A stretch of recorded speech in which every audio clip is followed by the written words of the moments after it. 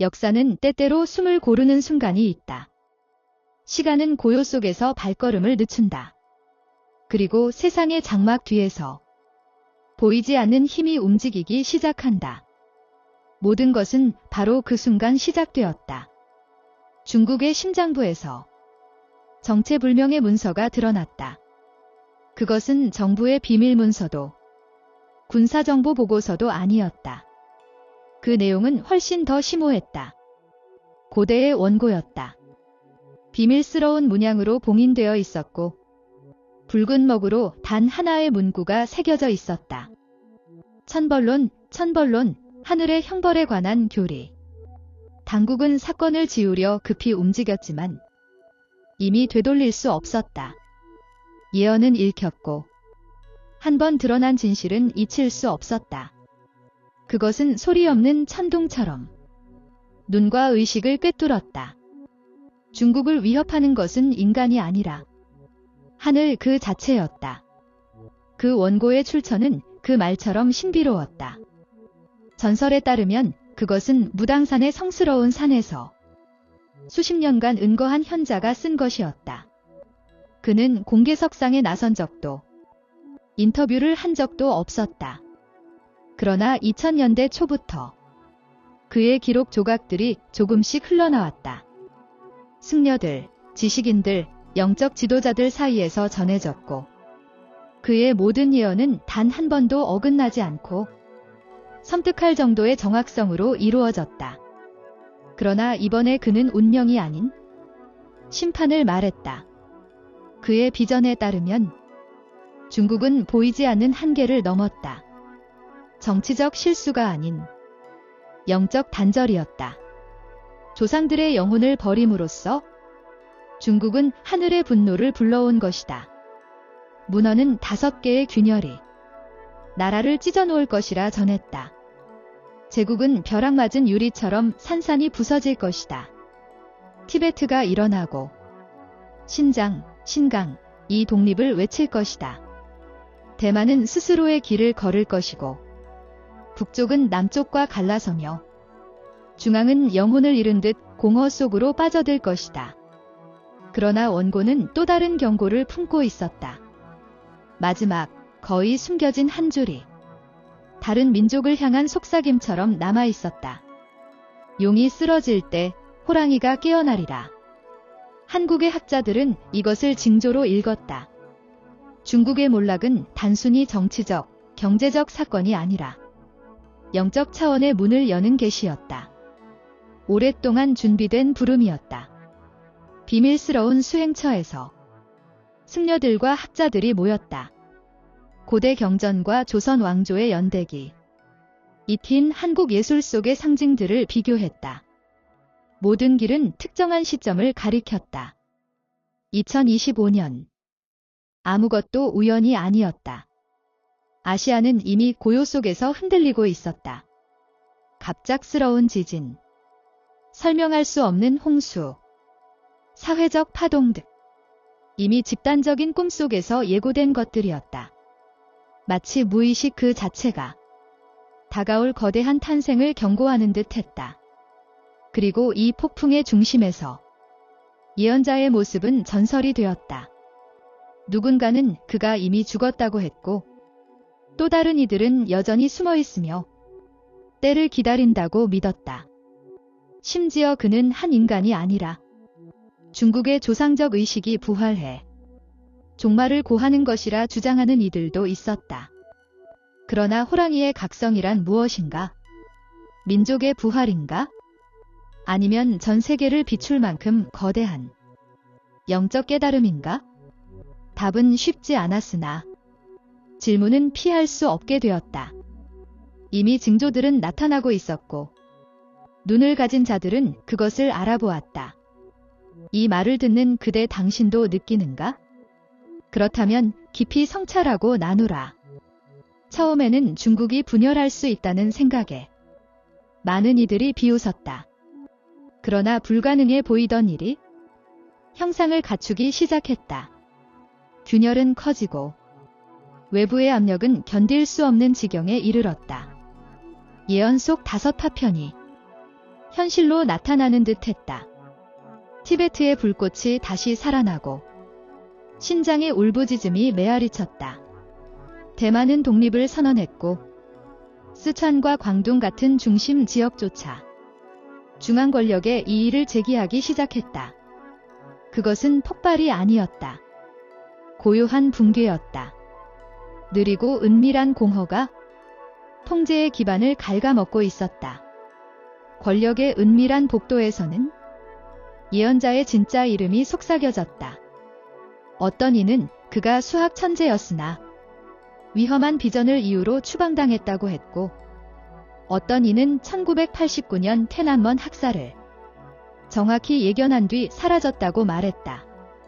분명한 것은 그는 수십 년 동안 유령처럼 살아가며 비밀 일지의 환영들을 기록했다는 것이다. 그 기록 중 하나가 고위 관리의 손에 전해져 세상에 드러나게 되었다고 전한다. 그 속에는 이렇게 쓰여 있었다. 영혼이 땅에서 떠나면 몸은 산산이 부서진다. 중국은 칼날에 무너지는 것이 아니라 영혼의 부재로 무너질 것이다. 비유처럼 보였던 말은 현실의 진단으로 드러났다. 현대 중국은 물질에 집착하며 도의 균형을 버리고 속도와 통제를 택했다. 보이지 않는 조화의 실이 끊어진 것이다. 그리하여 붕괴는 불가피해졌다. 그렇다면 한국의 자리는 어디인가? 바로 여기서 예언은 가장 뜻밖의 전환을 드러냈다. 바다와 산에 둘러싸인 좁은 땅. 조상의 영혼이 사라지지 않은 나라. 왕과 은자의 피가 여전히 콘크리트 아래에서 흐른다. 학자들은 결론지었다. 그 땅은 바로 한국이었다. 수많은 침략과 분단 속에서도 그 나라는 드문 것을 지켜왔다. 영적인 심장이 온전히 살아있었다. 산속 사찰, 디지털 시대에도 찾는 무당들, 지쳐있지만 깊은 뿌리를 가진 민족, 그 모든 것이 증거였다. 예언자는 말했다. 용이 무너질 때 이 땅이 깨어난다. 5 조각이 떨어지고 하나가 일어서리라. 또 다른 구절에는 이렇게 쓰였다. 목소리는 서쪽에서 오지 않는다. 새로움은 동방에서 나오리라. 그러나 중심이 아닌 곳에서 작은 것이 거인처럼 보일 것이다. 나뉘어진 것이 길잡이가 되리라. 이 말의 의미는 무엇일까? 한반도의 통일인가? 아니면 세계를 새롭게 정의할 영적 역할의 탄생인가? 답은 아직 없다. 그러나 질문은 이제 끊임없이 메아리친다. 예언은 목적, 정신, 그리고 현재에 대해 이야기하며 국경을 넘어서는 집단 에너지의 융합을 말하고 있다. 흥미롭게도 그것은 이미 지난 1년 동안의 사건들 속에서 그 실체를 드러내기 시작했다. 중국의 문화적 영향력이 쇠퇴하고 있다. 중국이 검열과 긴장 속에 있는 동안 세계는 음악에서 영화, 기술에서 영성까지 한국으로 시선을 돌리고 있다. 조용한 민중운동, 각 지역의 명상 모임, 동양 철학 연구, 그리고 조상들의 가치 재발견이 활발해지고 있다. 물질주의적 모델의 피로로 인해 많은 한국인은 진전이 있음에도 불구하고 뭔가 본질적으로 잘못되었다고 느끼고 있으며 채워야 할 영적 공백이 존재함을 인식한다. 북한과의 접근은 미묘하지만 고립이 점차 완화되고 있고 국제적 압력은 증가하고 있다. 따라서 한국은 지배를 준비할 필요가 없으며 오히려 영감을 주기 위해 준비해야 한다. 예언자는 말했다. 호랑이는 달릴 필요가 없다. 그저 서 있기만 해도 온 세상이 볼 것이다. 아마 지금이 바로 그 부름일지도 모른다. 한국인들은 자신들의 차례임을 깨닫고 교만이 아닌 지혜로 울부짖어야 한다. 그렇다면 한국에게 요구되는 것은 무엇인가? 그리고 이 예언 속에서 당신, 시청자는 어떤 역할을 맡게 될 것인가? 그 답은 이 영상의 다음 부분에서 다뤄질 것이다. 아직 모든 것이 멀게 느껴지거나 상징적으로 보일지라도 최근의 사건들은 이론을 현실적 불안으로 바꾸기 시작했다. 외관상 안정되어 보이는 한국이지만 보이지 않는 깊은 변화의 시기를 겪고 있다.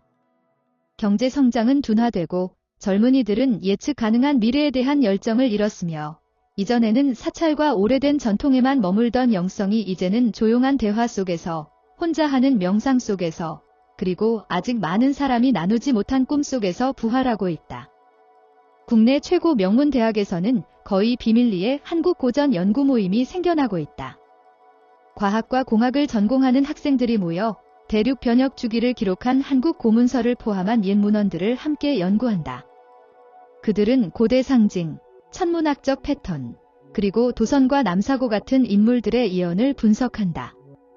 현실의 행간 사이에서 보이지 않는 무언가가 형성되고 있다는 느낌이 있다. 설명할 수 없는 불안감이 공기를 타고 흐른다. 내륙의 영적 수행처에서는 이전에 침묵하던 스승들이 점점 단호한 목소리를 내기 시작한다. 경주 근처 한 사찰의 한 승려는 최근 제자들에게 이렇게 말했다. 우리는 한국의 마음을 준비시키고 있다. 울부짖기 전에 침묵이 있을 것이며 빛이 오기 전에 부드러운 어둠이 내릴 것이다. 이 말은 마치 연속된 계시의 일부처럼 빠르게 인터넷으로 퍼졌다. 더 놀라운 점은 서로 연락하지 않은 다른 지역의 승려들도 유사한 말을 했다는 것이다. 그러던 중 설명할 수 없는 현상이 발생했다. 봄철, 강원도의 한 마을 방범 카메라의 하늘 위로 빗줄기가 소용돌이치는 장면이 포착되었다. 당국은 이를 대기권 내 군사 실험이라고 발표했지만 주민들은 그것이 완벽하고 고요했다고 주장하며 정확히 12분 동안 지속되었다고 증언했다. 그 후 여러 주민은 꿈속에서 안개에 둘러싸인 인물이 고대 한국어로 말하는 모습을 보았다고 했다. 때가 왔으나 아무도 믿지 않는다. 미신으로 치부될 수 있는 이 이야기들은 학자들이 날짜를 대조하면서 점점 신빙성을 얻었다. 그리고 한 가지 불길한 사실이 드러났다. 예언 속에서 중국이 분열할 지역들은 지난 18개월 동안 실제로 직접적 간접적으로 갈등과 긴장에 휩싸였다는 것이다. 시위, 탄압, 외부 위협 등 모든 것이 예언과 정확히 일치했다. 한편 한국은 인도, 베트남, 인도네시아와 같은 전략적 국가들과의 외교 관계를 강화하고 있었다. 이는 단순한 우연이 아니었다. 이들 국가 또한 고대 동양 예언에서 숨은 불의 나라로 묘사되며 용이 쓰러진 후 깨어난다고 전해진다. 정치적 차원을 넘어 한국은 아직 완전히 이해되지 않은 새로운 진동적 역할에 맞춰 서 있는 듯 했다. 하지만 가장 불안한 순간은 아직 도래하지 않았다. 최근 안동 근처 작은 마을에서 7세 소녀가 전국적 관심을 끌기 시작했다. 교사와 이웃들에 따르면 그녀는 현재 가르치지도 않는 고대 언어로 복잡한 문장을 쓰고 있다. 그중 한 문장은 이렇게 적혀 있었다. 삼국이 다시 열릴 때 길은 칼이 아닌 마음으로 열릴 것이다. 이 모든 사건 속에서 한국 정부는 침묵을 지켰다. 아마도 통제할 수 없는 일을 어떻게 다뤄야 할지 몰랐기 때문일 것이다. 그러나 비밀리에 각 기관은 전통과 영성 연구 프로젝트에 자금을 지원하기 시작했다. 군이 오래된 역사 기록을 토대로 고에너지 지점을 지도화하고 있다는 소문까지 돌고 있다. 모든 이유를 이해하지 못하더라도 한국 국민들은 공기 중에 흐르는 미묘한 기운을 느낀다. 더 깊은 의미를 찾으려는 움직임이 커지고 있다. 기도 속의 긴 침묵, 징후를 주에 깊게 살피는 시선, 내면을 돌아보는 작은 몸짓들. 고독과 속도, 피로로 점철된 현대의 고요한 고통이 서서히 이름 없는 어떤 것, 많은 사람들이 귀환이라 부르는 존재에게 자리를 내주고 있다. 동시에 한국의 고고학자들은 단양 근처의 동굴에서 우연히 오래된 명문을 발견했다. 그림은 신이나 왕을 그린 것이 아니라 눈을 감고 손을 맞잡은 채 원을 이루고 머리 위에는 별이 떠 있는 인물들이었다. 옆에는 고대 한자 문구가 적혀 있었다. 하늘이 땅을 만질 때 그들은 그 순간을 알리리라. 흥미롭게도 5개의 별은 중국의 5부녀를 예언한 것과 일치했다. 이 발견은 많은 사람들이 느꼈지만 감히 말하지 못했던 사실을 확인시켜준다. 한국은 깊은 전환기에 있다. 단순한 사회적 정치적 변화가 아니라 오직 느낄 수 있는 에너지적 변화이다. 서울대학교 연구진은 최근 연구를 발표하며 집단 공명 현상의 증가를 경고했다. 점점 더 많은 한국인이 예감, 반복되는 꿈, 사전 접촉 없이 옛 상징을 보는 경험을 보고하고 있다. 과학은 이를 신경학적으로 설명하려 하지만 심지어 회의론자조차도 이렇게 강력한 집단적 의식의 물결은 없었다고 인정한다. 국민이 이를 느낀다면 그것은 무엇인가가 부르고 있기 때문이다. 예언은 중국이 내부로부터 무너질 것을 말했고 최근 유출된 비밀 보고서들은 광범위한 지역이 내부 감시하에 있으며 조용한 움직임을 관찰하고 있음을 보여준다. 억압은 심해지고 두려움은 커진다. 하지만 지도자들을 가장 불안하게 하는 것은 통제할 수 없는 것, 조상의 신앙을 버린 일이다. 대다수 중국인은 영적 불의에서 멀어졌고 그 공허함은 이제 대가를 요구하고 있다. 이 보이지 않는 붕괴 속에서 한국은 빛나기 시작한다. 군사력으로가 아니라 독보적인 영적 회복력으로. 사찰에서는 종이 더 이르게 울리고 스님들은 느린 걸음으로 새로운 시대의 리듬에 맞춰 걷는다. 오래된 마을에서는 아무것도 구하지 않은 순례자들이 나타나 하늘이 땅에 닿는 지점을 찾는다고 말하며 믿음과 오래된 기억에 이끌려 걷는다. 태백산에 은둔해온 한 젊은이는 생방송 인터뷰에서 이렇게 말했다. 그는 예언을 공부한 적도 없었다. 나를 깨운 목소리가 말하길 용이 잠들면 호랑이는 숲을 돌봐야 한다. 사냥이 아니라 보호를 위해서. 그의 일기에는 자신도 이해하지 못한 문장이 적혀 있었지만 이는 전생 기록과 일치했다. 어떻게 가능할까? 세상은 논리로 답을 찾지만 예언은 설명할 수 없는 것과 함께 춤춘다. 그 춤 속에서 한국은 점점 자각한다. 이성으로가 아니라 민족의 집단 영혼 깊은 곳에서 상징이 현실로 바뀌고 있음을. 예언은 붕괴로 끝나지 않는다. 붕괴로 시작된다. 용은 쓰러졌으나 언론은 여전히 서 있는 척한다. 불길은 더 이상 두렵지 않고 그 눈은 더 이상 볼 수 없다. 한때 힘으로 세계를 지배하던 제국은 조용히 내부에서 무너진다. 안개에 덮인 산이 서서히 부서지듯 진정한 각성이 시작된다. 한국은 세기를 넘어 거인들 사이에서 살아남았다. 침략, 분단, 역사적 배신, 돌이킬 수 없는 상실을 겪었다. 지도에서 사라지고 조약 속에서 다시 쓰이며 식지 않은 냉전에 의해 찢겼다. 그럼에도 버텨냈다. 그리고 단순히 버틴 것이 아니라 기억했다. 모든 것이 빼앗겼을 때조차 땅, 이름, 사찰, 책, 영혼은 남아 있었다. 조용하고 겸손하며 보이지 않는 불씨. 작지만 꺼지지 않는 불빛에 그 불씨가 빛으로 변한다. 예언의 결론. 호랑이는 산에 오를 것이다. 정상에 오르기 위해서가 아니라 골짜기에서 길을 잃은 자들을 인도하기 위해서다. 이는 정치나 국경이 아니라 의식을 뜻한다. 오늘날 많은 나라가 데이터와 인공지능에서 답을 찾으려 할 때 한국은 내면을 향한다. 숫자는 여전히 차갑지만 민중의 눈은 거짓말하지 않는다. 온기, 갈증, 탐구가 있다. 집단의 영혼은 묻기 시작한다. 우리는 왜 여기 있는가? 어디로 가는가?